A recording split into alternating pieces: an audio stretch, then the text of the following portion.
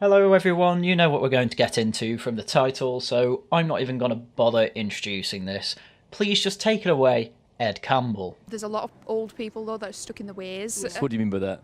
Racist. I see the lessons of Brexit are still yet to be learned by a lot of people, but I'll be honest with you, this is why I think an awful lot of boomers really don't like millennials and zoomers, because pretty much all of their arguments are just put down to some sort of bigotry, rather than actually having some sort of conversation about why they might think that. I honestly always find it amazing when studies come out of academia saying that the left wing are more open-minded than the right wing, and then it seems to turn out that the opposite is actually true in pretty much every case. If I ever get round to it, I'm probably going to cover someone on TikTok who keeps posting these lies. They're coming into this country, they're working, they're paying into our economy, they're a lot of asset to our country.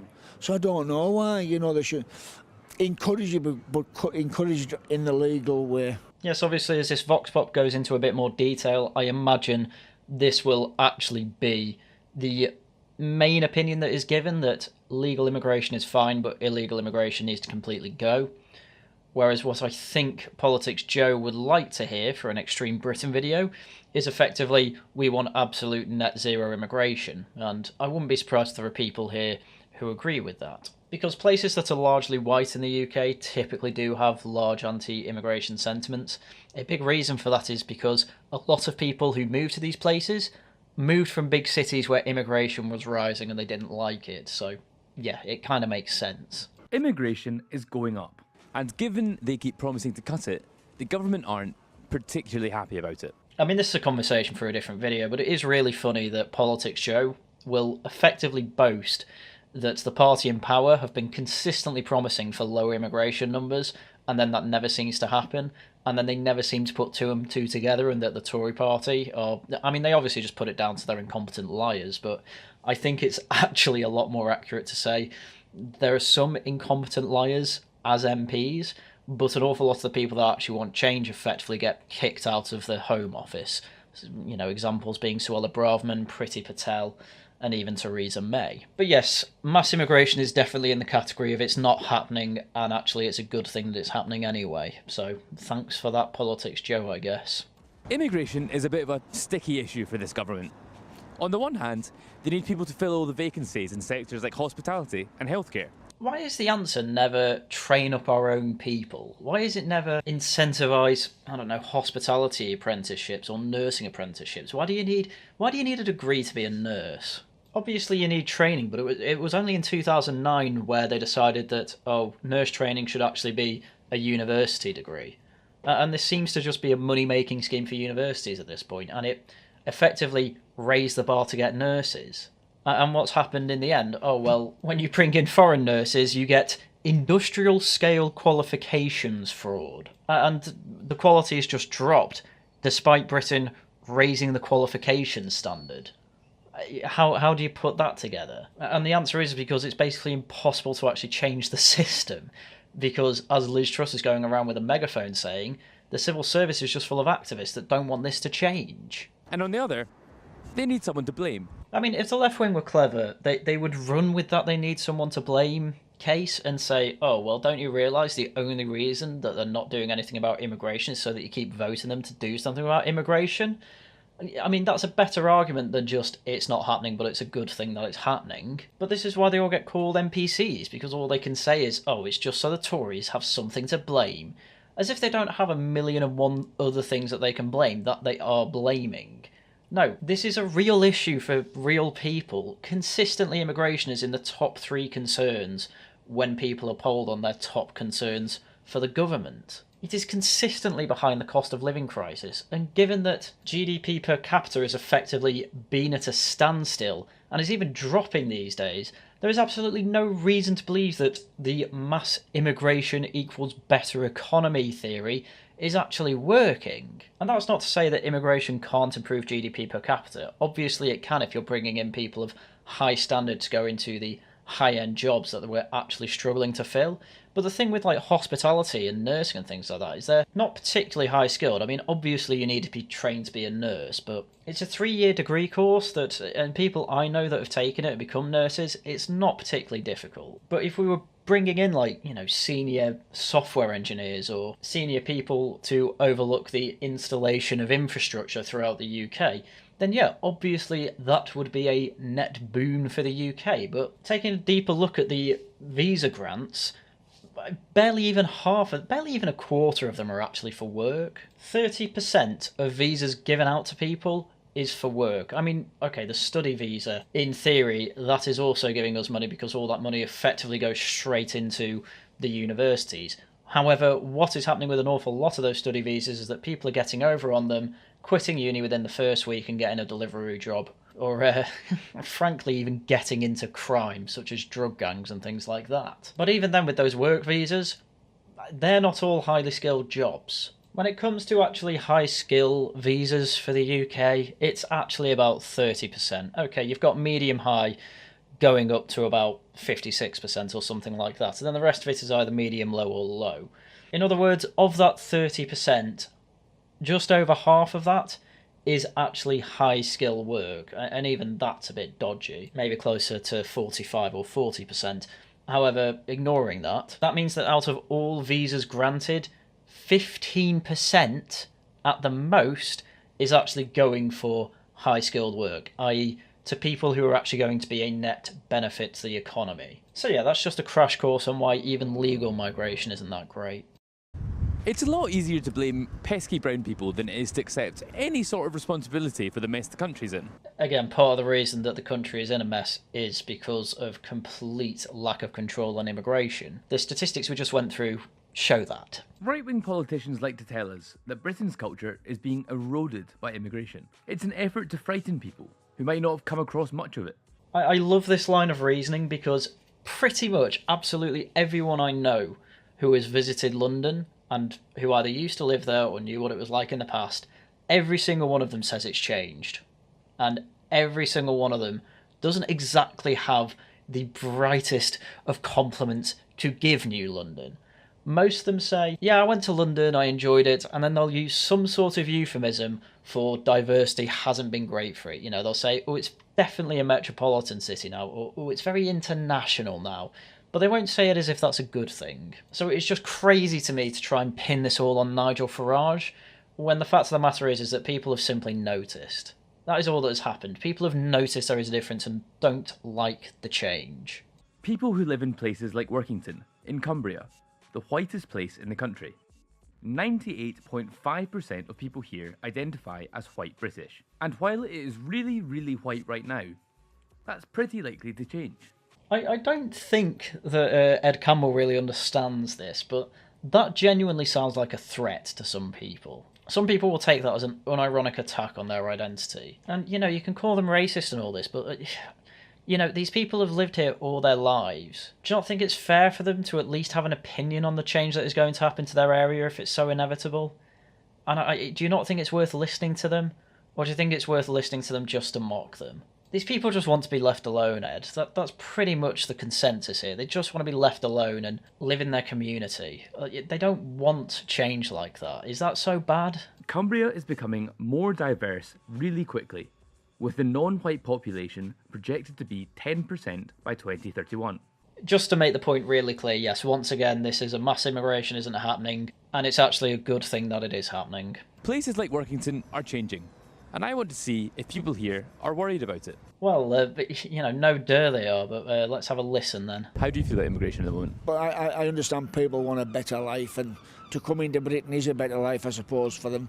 But as long as they're prepared to work, you know, if they're prepared to work and earn their living and, you know, pay into our taxes and that, bring them on. I mean, I'm largely in the same mindset as that. I'm not as anti-immigration as an awful lot of other people on the right who are demanding, you know, net zero immigrants as a baseline. There's absolutely loads that think when that policy was announced by Reform, they said, oh, well, that's not actually going to help anything. As if cutting the 700 and odd thousand immigrants, you know, net immigrants that we have is not going to help anything. As if cutting...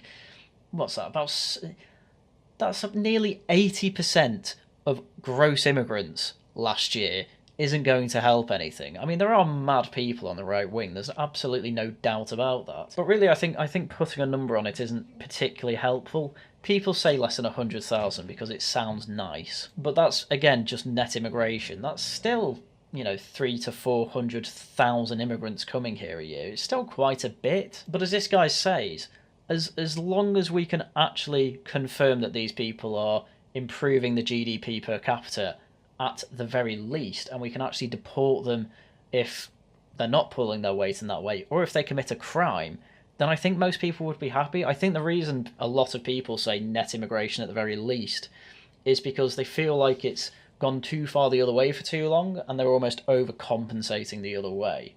I mean, just to be clear, I wouldn't complain about net zero immigration, but I think focusing on the pure number is kind of missing the point in the whole debate, and I honestly think it just makes it easier for the left wing to ignore people like that, because it's just, what does a number actually mean in terms of immigration? It's quite hard to say, when the important thing is, will they be able to integrate if they stay here for very long? And if they're not staying here for very long and they actually leave, then there shouldn't be an issue. I do think it's out of control. I think the Conservative government have said that they would cut down on it, but the numbers are just going up and up and up. So, yeah, I'd like to see more control. Yeah, just to point out as well, the two people so far who have been interviewed since the proper Vox Poppers started, they're both relatively old, probably boomers, and yeah, they're very much on the side of less immigration, please. I remember when we had less immigration, I felt nicer about the country, probably safer when I go to London. Whereas with the very young people that we saw at the very start, it's just like, these people are racist. You're probably going to see a lot of that in this Vox Pop. What would that entail, do you think? I don't really want to go into details about it. It's a bit of an emotive subject, isn't it? So, no, I'd rather not give too many details on that, thank you. It always makes me laugh, things like that, because this woman probably isn't aware of politics, Joe, but is probably very aware that being interviewed by someone who looks like Ed Campbell for something that's going to go on the internet is not a good idea, especially with this debate. What she is effectively saying is she probably wants basically no people from certain countries, and those countries are more than likely going to have non-white people, and so it's going to be very easy to find out who this woman is and call her a racist, despite the fact that I don't think it's actually out of the realm of reasonableness to say we should have no Somalis immigrating here, say, or we should have no one from Yemen, because both those countries are very, very dangerous places, and I don't think it's worth the risk of having potentially dangerous people from either of those places come over here and cause issues here. And then people will obviously say, oh, what about Mo Salah? It's like, look, I am willing to sacrifice not having any more Mo Salahs if it means reducing the risk massively of having criminal incidents here from people from Yemen or Somalia. I mean, for God's sake, just take a recent look at Sweden. There is a growing Somalian gang problem going over there. That it's so bad that grenade attacks were rising by like 1,000% in 2018 or something like that. They had allowed mass immigration to happen and weren't particularly bothered about who came from where. It's just, we're opening the borders. And then years later they get gang attacks, and now there's a right-wing coalition currently growing in Sweden.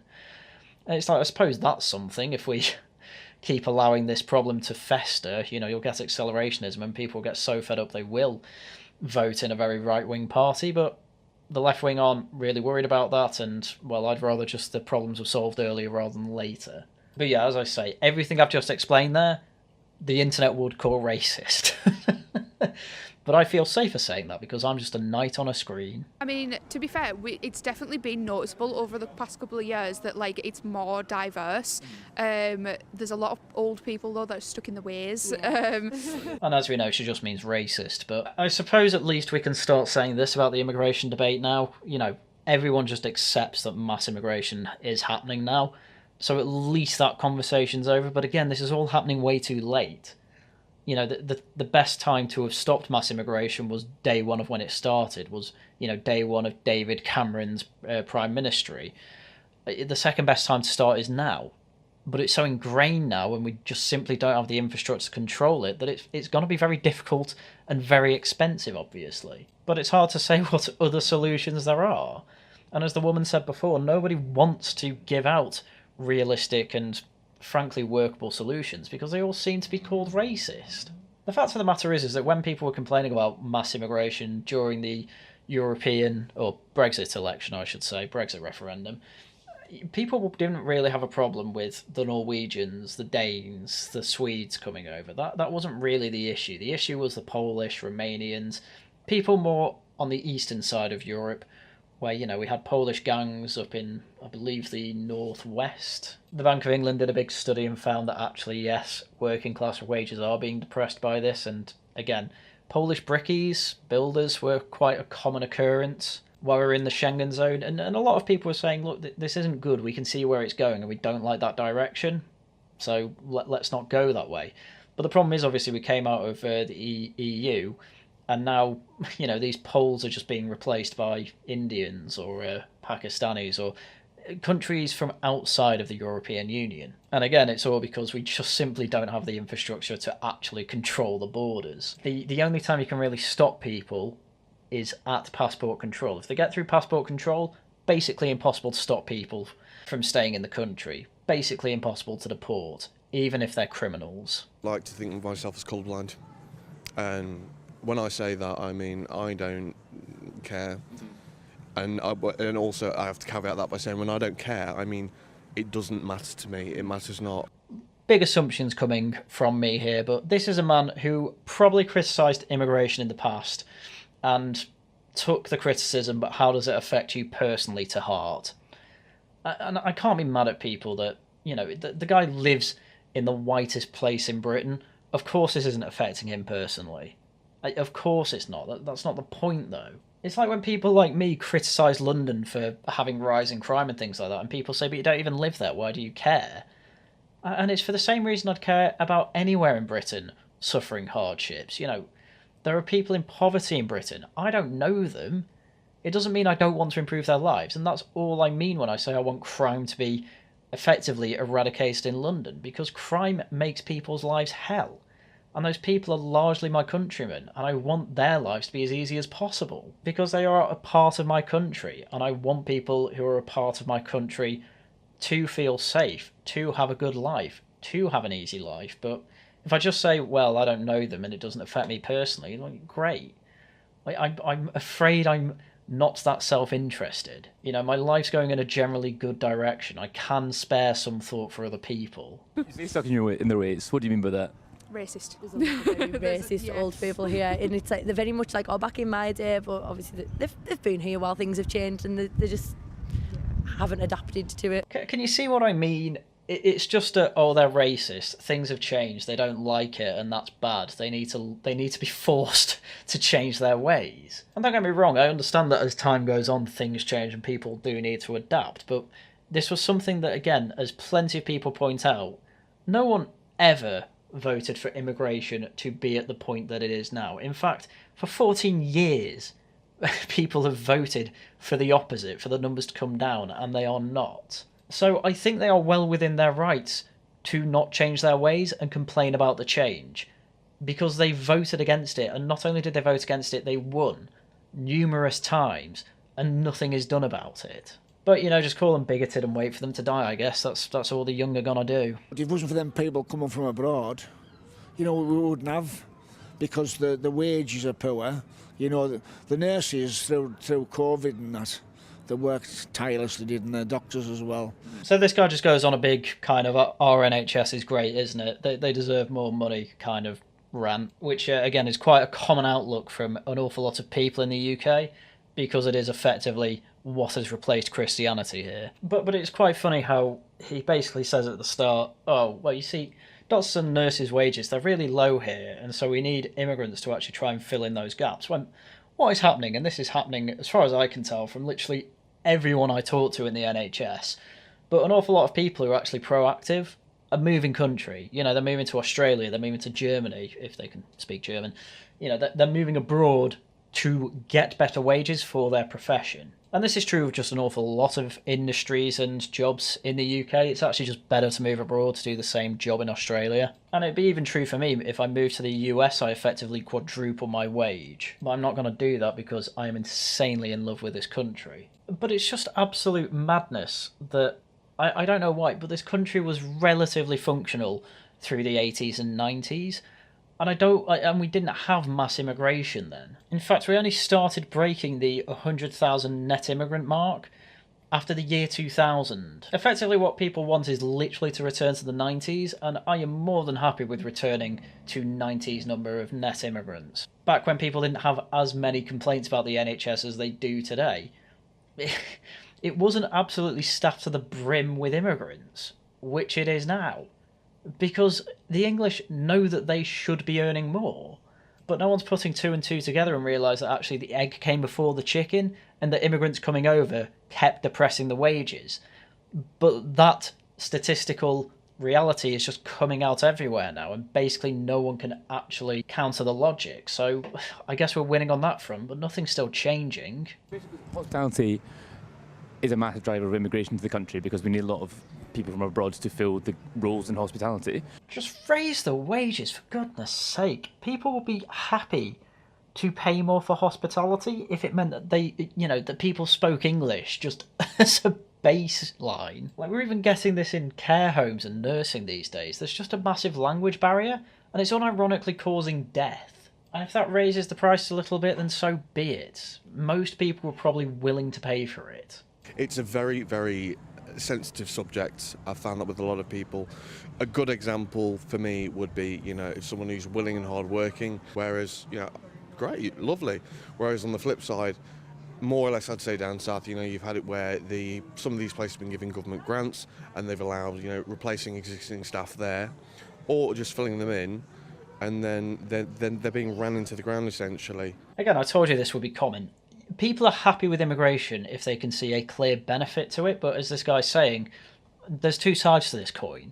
And for a lot of people on this debate, it either seems to be only talking about the negatives of it or only talking about the positives and having a blind spot for the other side. That obviously seems to happen more with the people that say, who's going to serve me my pret-a-manger? Whereas people like Nigel Farage, they're more than happy to say, yes, obviously there's some benefit to immigration, otherwise we never would have done it. And as this guy says, and I agree, if people are coming here willing to do the work and are a clear net benefit to the economy, so be it. They can stay here for as long as they work. But if they are a net drain on the economy, then yeah, obviously don't let them in. That's all sensible people are saying.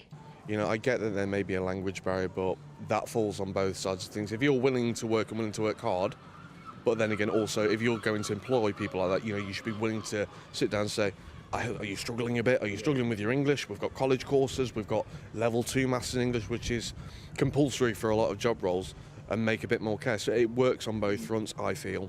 I mean, the weird thing about that is that I have no doubt that if that becomes a common talking point, people will demand that it's the government that pays for these language courses, when in reality it should either be the employer or the individual paying for those language courses to get them up to a baseline where the point system states that learning English is basically a requirement to get in the country. But this is the thing, the point system was introduced and then effectively never actually applied properly, and that's why visas are through the roof. I mean, that's actually a reason a lot of them end up getting student visas, so they can come over here and then just get lost in the system.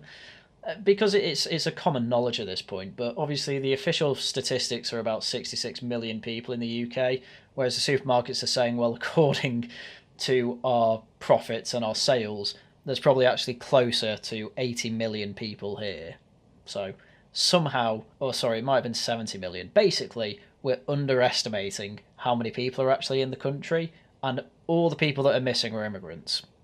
So take that how you will. Are you concerned about kind of the potential for people to be exploited in the industry? When it comes to foreign and immigration, yes, I am on that one, because like myself, I've got a lot of ideas, but also, after working in a trade like that for so long, you do get the people on the side of the fence that go, oh yeah, great, the hard work is get them in and let's load them with 50 hours a week, 60 hours a week. They're not going to say anything, they need the money. And that is disgraceful behaviour. Yeah, sure, not wrong. But again, you wouldn't even have that issue in the first place if the wages were raised to a point where people in the country would be happy to work it anyway. By which I mean, obviously, white British people in the country, native people of the country. But instead of getting to the core of the issue, we just have to talk about all these second and third order consequences of mass immigration, and you try and say, well, just stop mass immigration, and oh, you're racist, as we have seen in this video. At one time, a local saying, greeting at Carlisle and over here, was cuz, because most people weren't as close as related as sixth cousin. It was that close a community. I'm going to be honest with you, I think I've listened through this about 10 times, and from what I can understand here, one time there was what I think he calls as a thane greeting, and it had to be closed because people were too closely related. So what I'm gathering from this is that people in the community were so closely related that they had to shut down what I assume is a singles meet and greet, because there was too much of a risk that people who were too closely related to each other would meet and not realise that they were closely related, to obviously avoid incest. That's what I think happened there. So there should be more diversity in the community, probably. They're just going back about 100 years. Okay. I love how Ed tries to get him to say, oh, so you need more immigrants here then, and the guy just retorts and says, this was 100 years ago. People from all over Britain have moved here now. We don't have that problem anymore. Literally, the problem was solved without having to resort to mass immigration of people from different countries. So well done, Ed. Do you think they're frightened of something? Do you think they're frightened of change? I do think there's a lot of stigma around sort of people coming from different places, and I think that's obviously just what they were brought up to believe, so they're trying to pass that down. But oh my god, in-group and out-group preference, it's core to the human experience. That's everything about people, effectively. Babies, for God's sake. Babies, if they are born to a white mother and father, they will effectively panic when they first see a black face, because they know their in-group is this white family. And they'll be used to seeing white people, and then they'll see someone who isn't white and be like, oh god. And in fact, you don't even need to go as far as race in that case. If a baby meets a stranger that they don't know, they will effectively panic and not know what to do and look around for a face that they're familiar with, because they know their in-group and out-group. And that's all it stems from. And there's an extent to which obviously that can go way too far. Racism is obviously bad, but in no way am I convinced that this is all just down simply to I don't like them for the colour of their skin. An awful lot of the time, if people have anti-immigration sentiments, they will typically have anecdotes, at the very least, of times where they were wronged by an immigrant. And if not that, they will simply say something to the effect of, I have noticed that there is a change in the way that my local community or a place that I frequent runs itself. That there's a change in culture here, and I noticed that it is not organically done purely through white British people, or majority through white British people. It is an outside influence, and I don't like it. And that is a perfectly reasonable thing to say. I want to carry on the traditions and the culture that I grew up in to further generations is perfectly reasonable. But to a lot of young people, thanks to, frankly, the poor historical education that we get, they don't care for it. They don't think we have a history, effectively, or at least one that's worth preserving for the future. So here we are, I guess. I do think it's definitely more the older generation that do have that kind of figure, but unnecessary figure, I guess. Really interesting how they will just call them racist and then literally 2 sentences later say, oh, I guess they're scared of change, but it's necessary, I suppose. And I would love to know what makes them say it's necessary, because that kind of implies that there is a necessity to racism, which, as we know, is effectively just, at least in the leftist mind, racism just means having in-group and out-group preference. Or, no, sorry, having in-group preference. Having out-group preference is anti-racist, at least if you're a white person. If you're a black person, effectively, you have to say to the white person, you need out-group preference, I'm allowed my in-group preference. And of course, they're very open about that fact, so just funny that these normies say, oh, racism is necessary. Well, I'm not against it, but I am against religion ruling authorities. There's been a case in America where the police arrested a couple of women, right, and took pictures of them with the headgear off. I have no idea where this is going, but this is why it's sometimes really entertaining to talk to boomers, because they will just go on a tangent and you don't know where it's going. And they're being sued for compensation. Religion, they say the headgear is religious costume. That's why I'm against religion. Religion is dictating to the people too much. So apparently, in the end, that went to these religious customs shouldn't be dictated to women, and we shouldn't have to. Effectively, in America, they shouldn't be sued, and they certainly shouldn't win that lawsuit for saying that these women need to remove their headgear for their mugshot, because obviously people need to know what they look like, and that includes their hair. But I'm not being funny, that was a complete roll of the dice where that anecdote was going. It has absolutely nothing to do with the question at hand, but still, very entertaining. Do you think that's the case in the UK? Yes, because of these demonstrations about the Israeli war in Gaza, right? Before, oh God, there were no such thing as demonstrations. There hasn't been the big demonstrations against the Ukraine war either. I mean, the guy is putting his point across, frankly, horribly, but I understand what he's saying. He is right. There was no mass public demonstration on a weekly basis, by the way, against Israel about the Gaza war. And I saw in the comments people were saying, why is this guy saying there were no demonstrations? Where's he been? When really what he means is about this specific issue, you would not have seen mass demonstrations about it, because this guy's probably quite aware that there were wars in Israel before this, but he will not have seen anything like the images and videos that he is seeing coming from London every week since October. That is all he means, and he's completely right about that, and he's completely right that a large part of that is due to mass immigration into London. I mean, this is the type of guy I would love to just listen to for 2 hours in a pub, because I think I would just be non-stop entertained by his nonsense. He's like a really funny Grandpa Simpson. Sick of repeating myself, but they're coming into this country, they're working, they're paying into our economy, they're a lot of asset to our country. So I don't know why, they should encourage you, but encourage it in the legal way. I said at the beginning, I don't. It's hard to tell what these people know and don't know in these vox pops. That's a big issue I have when doing them, so I have to make assumptions here. But this guy probably only listens to BBC News or maybe Sky News or something like that, and so we'll rarely hear about the 50 million universal credit scam that was being performed by Bulgarians who got caught in 2021. He won't hear about the Nigerian nurses scandal. He won't hear about this stuff often, and if he does, it'll be a bit part at the end of BBC News, and so all he'll know about immigration is that he'll think all of them are an economic boon, and it's just the illegal immigrants that are a problem, and even then, he'll probably think, oh, those that are escaping war, yeah, fair enough, we need a solution to that, but as I say, it's hard to tell fully what this guy actually knows and doesn't know, but from his opinions, that is the best guess I can give. Yeah. You know what I mean? I feel sorry for these people coming over on the boats and that, because it's dangerous. It's something like a 99% survival rate. It's not that dangerous.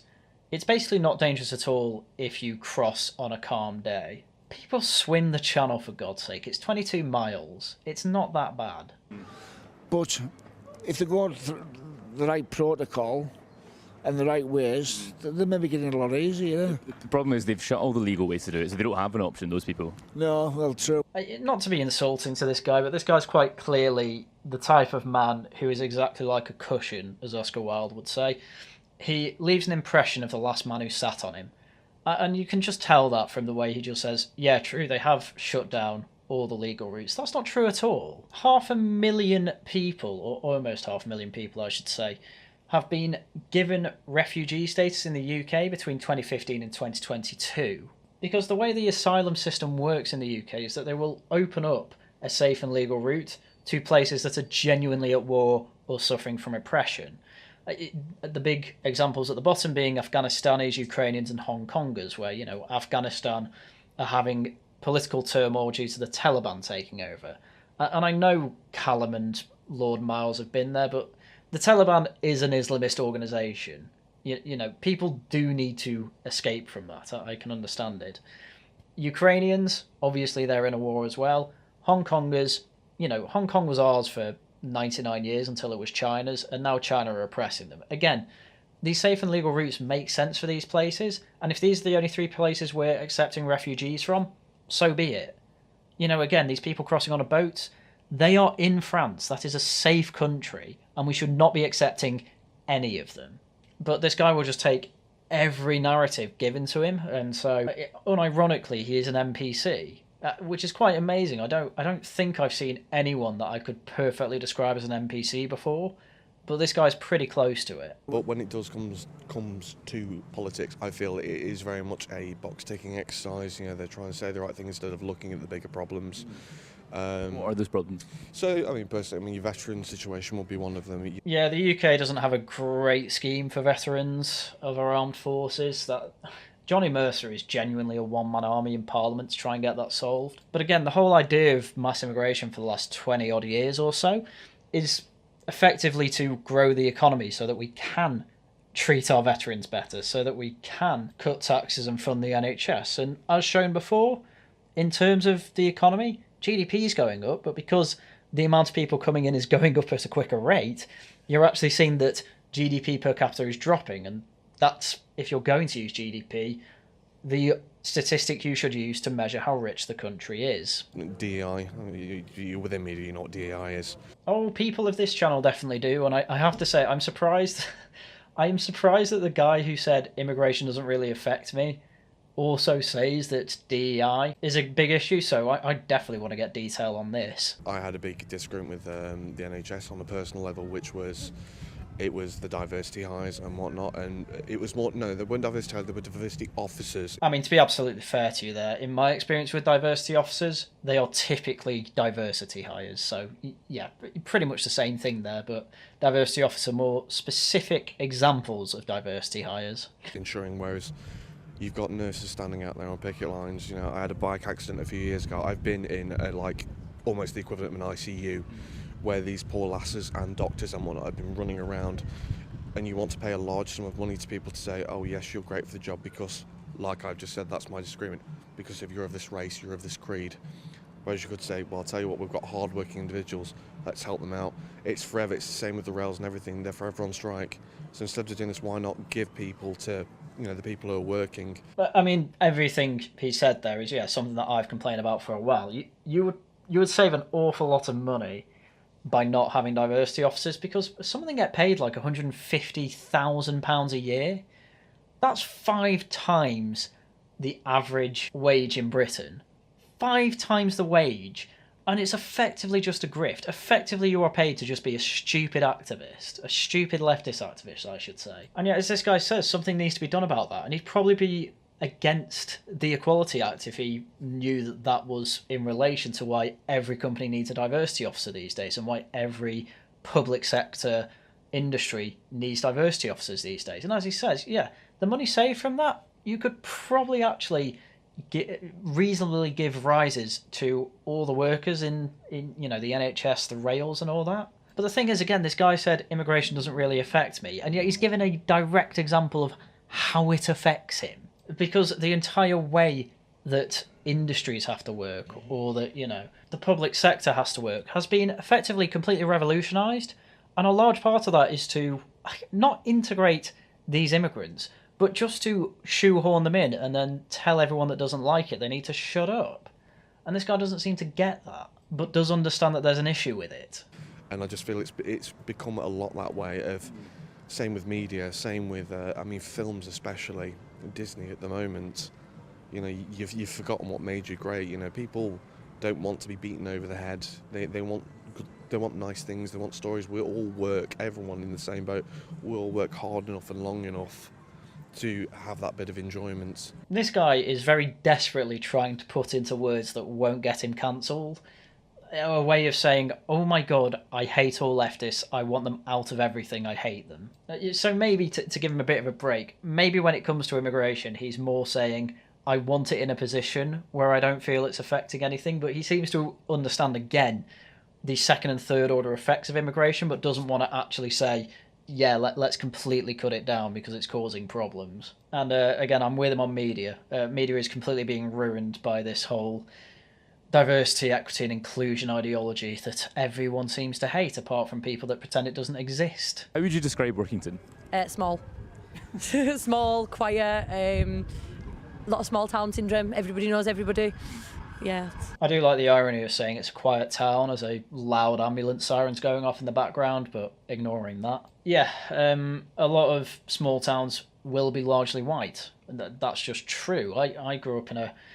I mean, it wasn't as a small village as people might think when it comes to Britain. It was very close to transport links to Manchester, so actually I was more of a commuter town area. But yeah, I've grown up in a place where everyone knew me, and I kept forgetting who everyone was because everyone knew me from the day I was born. And it is all very strange. And yeah, most people I grew up with in that area were, of course, white British. But then as time goes on, you know, there was a family from Malta that moved in, there was an Indian family that moved in, and because an awful lot of my life revolved around the Catholic Church in my area, that's how we all interconnected there. That's how we all got on there. That's how we all, you know, integrated. And this is the problem. Like, small towns will have that, and so it'll be quite easy to kind of push people out or not necessarily make them feel welcome if they don't integrate. It almost forces them to integrate to stay there. However, when it comes to big cities and, you know, you all live in skyscrapers or apartments and flats and there's not really that massive sense of local community, yeah, that integration doesn't happen as well. And that's all these kids are describing, that, yeah, there's a local community here, and they probably find it weird because they don't see much of that on television or in their media.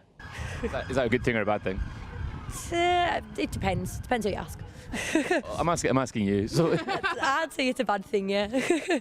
I mean, case in point right there, from all of their, for lack of a better term, role models that they see in media, online or wherever, they won't have this kind of small town attitude, because that's only a thing that can come from a small town. You know, the people in Hollywood, the people online, a lot of them are anywhere people. And anywhere people do think small town syndrome's bad, whereas, you know, I've lived as both, and I do prefer the small town syndrome, and having moved to Wales with my girlfriend, well, we're getting in with the local community here as well, and it's, yeah, it is a good thing. It gets you invited to places, it gets you new friends, and as I say, you know, I've been saying to people for ages, if nothing else, if you don't have that, just go to church. You know, I said it in another video, the people only learned my name about 6 months of me going to that church, but already they're asking me, you know, do you want to do this, that, and the other for us? And that's how you end up integrating into these communities. And it's a good thing, because it gives you a support network, and that's what basically everyone needs. You know, a lot of my friends are online, and that's all great, but I can't rely on these people, you know, if I break my leg, to say, can you come over and look after my dogs, while, say, my girlfriend's away and busy or something like that. I mean, obviously we have family to do that instead, but that's the thing. I have to go through absolutely everything before I can ask my friend 2 hours away if they can come and help me out. So yeah, it's worth doing, and it's something that they take completely for granted, because they're like fish swimming in water trying to describe what water is. What would you like to see change, do you think? Just more stuff to do, like especially for like kids and like teenagers and stuff. There's nothing for them around here. I suppose in my experience, as I say, I live close enough to transport links to Manchester to have almost that on my doorstep. I mean, it took an extra hour to get there, but I have that. But even without that, you know, the towns that were near me and were perfectly walkable, there were things to do there. You know, there were parks, there were sports centres. A lot of my time was actually spent just, you know, near rivers, either cycling near them, walking near them, just having picnics there with friends. They were things you could do, and I would be shocked if there aren't options like that near Workington. But exactly what this all has to do with immigration and being in the town of Workington, not much really. Having more immigrants in Workington isn't going to change the amount of thing a teenager can do. So small townism is bad for some reason. Why? Teenagers don't have much to do. In my experience, that's not necessarily true. Well, I find it all right as a town. I was brought up on the east side of the county, up at a place called Ulston, and that hasn't half gone down. Really? Yeah. Why is that? Half the population, the main industry's gone. Like here, a lot of industry's gone here since I come over in 76. Yeah, it happens to a lot of northern towns. It has happened in the past. And bear in mind, this is pre-Thatcher, so you can't blame this on her, but yeah, industry has definitely declined in the north, and that's not necessarily an issue as long as there's either more industry to replace it or at least something to replace it. But this is why a lot of northern towns just die. They do die, And a thing that seems to keep a lot alive, it happened in my town, is effectively becoming commuter towns. Industrial towns, not great. Industrial towns that were close enough to a big city to be a commuter town seem to do okay. So the thing is, in Cumbria is that there aren't really any big cities. The closest one's either Carlisle or it's Lancaster, and neither are particularly close to Workington. Grew up around here? Yes. And what did you do when you were a teenager? How legal is this?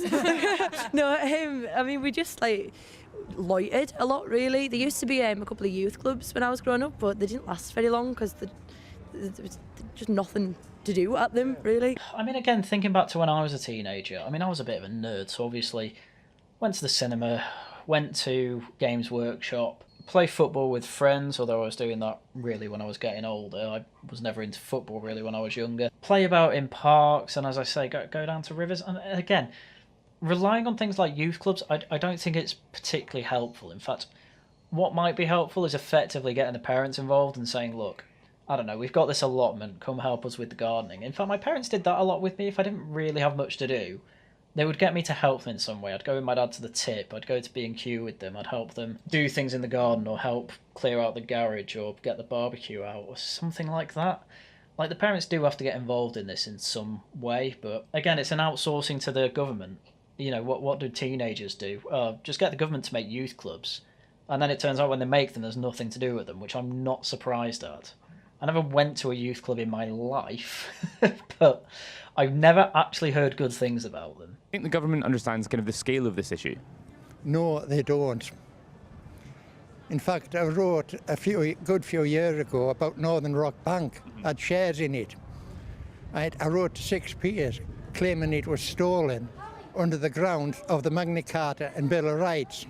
Oh my god, this man's based. Unfortunately, I don't think they were technically stolen if those shares become worthless, though. I assume that's what happened to him. Because, yeah, Northern Rock was one of those banks that existed before 2008 and then very quickly stopped existing. Which, as much as I like the guy, you can thank Matt Ridley for.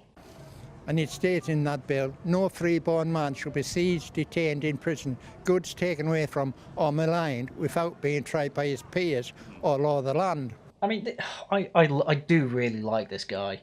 I think he's the best person they've interviewed throughout this entire series, simply because both his stories are really funny, and he's memorised such niche things to such a frankly autistic degree that, as I say, I would love to have 2 hours in a pub with him. As I say, I depending what happened, I'm assuming what happened is that his shares became worthless, and so when they become worthless, those effectively just get dissolved by the state, or by law they are taken off the stock market, and so this guy is taking that as my property has been stolen, when in reality his property just doesn't exist anymore. But the fact he went to cite the Magna Carta, I just find amazing. I love this guy. No freeborn man should be delayed or denied justice, which has happened with Northern Rock. Right? I've proved my ancestry back to where I could prove that I am a descendant of a freeborn man, and I quoted that. I got one reply back. Doesn't concern me, not interested. I mean, unfortunately, that's basically all that his MP and the Lords can actually do. Because what are they supposed to do? I suppose they could send a letter trying to, and they might have actually done this, explaining that, look, we haven't taken your stocks, they're just worthless and can't be traded anymore. They probably said that, but he took that as they don't care. But I just love this mentality. I do love it, and I really should start looking into my own family tree, to be honest with you. But this great English mentality of, I am an Englishman, I deserve the same rights as my ancestors, and, keep the traditional culture in as well. That's effectively what this guy keeps saying, and I do love the mentality, but at the same time, I think the guy needs to understand that when his shares become worthless, the state hasn't stolen anything from him. But again, like a lot of things I'm saying in this Vox Pop, I'm not entirely sure what this has to do with immigration. Guys, think you'll stay in Workington? I don't want to long term, but I mean, I've got a child that's in school, and so it all really falls down to her, what she wants to do when she gets older, but I don't want to. I'm genuinely surprised that she still takes the small town syndrome for granted, because having a child, and it's the old saying, a child is raised by a village, or it takes a village to raise a child, whatever. And lucky for her, that's exactly what she's got. And her daughter, she's saying it depends what my daughter wants, because I imagine the daughter does want to stay there, because having a support network, I mean, you know, when I moved for uni, when I've moved recently, you do miss it. But as I say, just make a new one. But it entirely depends where this woman wants to move to. If she wants to move to London, you know, good luck getting a support network. You know, if you move to any big city, good luck with it. It's quite hard to do. But if you move to a relatively small town, it's quite easy to integrate into it, as my recent experience has shown. What about you? I would love to go to somewhere different where there's more things to do. Like, I kind of would like to move to a city, but also when you're in a city for a, like, I've got small town syndrome. Like, when we were in Glasgow, like, it's just so different. Like, I couldn't handle it. I was like, I just want to be back home. This is exactly what I mean by taking it for granted. She hasn't completely taken it for granted, you know, I grant you. But having said that, you know, this whole issue is about immigration, and they clearly understand, well, this particular woman on the right knows, in-group preference is a thing, and I have it. And yet when people, you know, apply it to nationality, for some reason it's wrong. But when she applies it to the town, it's not wrong.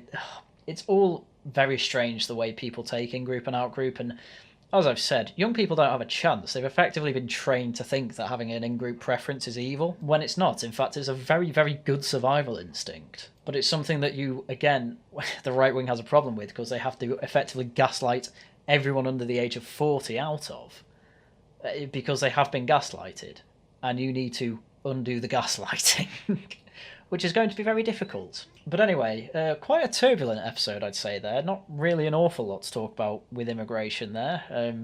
Coming to think of other episodes they've done in this series, but still very entertaining nonetheless. Tomorrow I will be hosting Laughing at the Guardian with some whammon. I actually have a whammon for the first time in a while.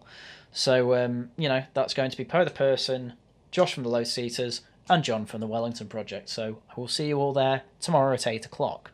Tweets will be out, announcements will be made, etc., etc. Just, you know, be there. It'll be fun. And also, the other side of the hill next week, we'll be talking about Harry Potter and its consequences on society. So it'll be a good talk there. They usually go on for 2 hours. I say usually, I've done one so far, but still, be a good chat. And then Regional Variations is still every Wednesday on Tailed Features channel, so catch me there. In the meantime, that's everything I had for you today. So once again, thank you very much for watching, and until next time, goodbye.